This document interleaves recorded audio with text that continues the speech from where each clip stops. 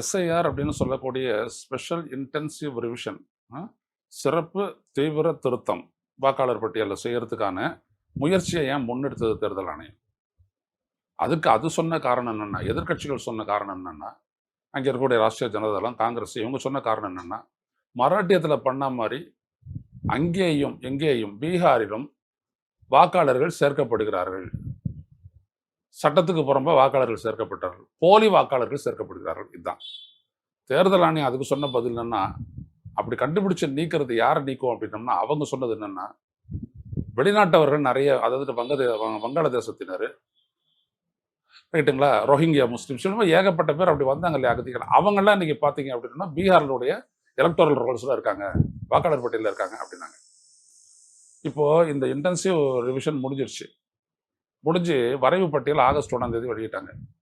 எவ்வளோ பேர் ஃபாரினர்ஸை கண்டுபிடிச்சிருக்காங்க? அந்த லிஸ்ட் வரலையே. இல்லை.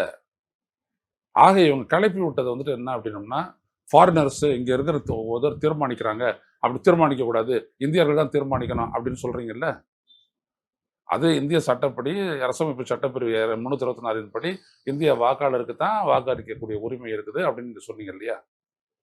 ஆனால் நீங்கள் காட்டினது என்னது? ஃபாரினர்ஸ். ஆனால் ஒருத்தரும் இல்லை, எதை பற்றி சொல்லலை, முடிஞ்சு போச்சு. ஓகே, நான் என்ன கேட்குறேன் அப்படின்னம்னா, இந்த இன்டென்சிவ் ரிவிஷனில் வந்துட்டு இருக்கக்கூடிய வாக்காளர்களை வந்துட்டு நீக்கிறதுக்கும் சேர்க்கறதுக்கும் நீங்கள் போட்ட கண்டிஷன்லாம் என்னது? பிறப்பு சான்றிதழ் கொடுக்க சொன்னாங்க. பிறப்பு சான்றிதழ் கொடுக்கணும். ஃபர்ஸ்ட் அதான், ஒரு மனுஷன் இங்கே இத்தனாம் தேதி இந்த இடத்துல பிறந்தான் அப்படின்றது தானே. அந்த பிறப்பு சான்றிதழ் வந்துட்டு 2004 ஜனவரியின் படி 1ஆம் தேதி அப்படி ஒருத்தன் அந்த மாநிலத்தில் பிறந்தவன் அப்படின்னோம்னா அதற்கான சான்றிதழை அவன் பெறக்கூடிய இடம் எது? அரசு, வருவாய்த்துறை. ஆனால் அந்த 2004 படி பீகார் மாநிலத்தில், நல்லா கேட்டுங்க, பீகார் மாநிலத்தில் பிறப்பை பதிவு செய்தவர்களினுடைய ஒட்டுமொத்த எண்ணிக்கை அந்த பாப்புலேஷன்ல 16.94 விழுக்காடு மட்டுமே.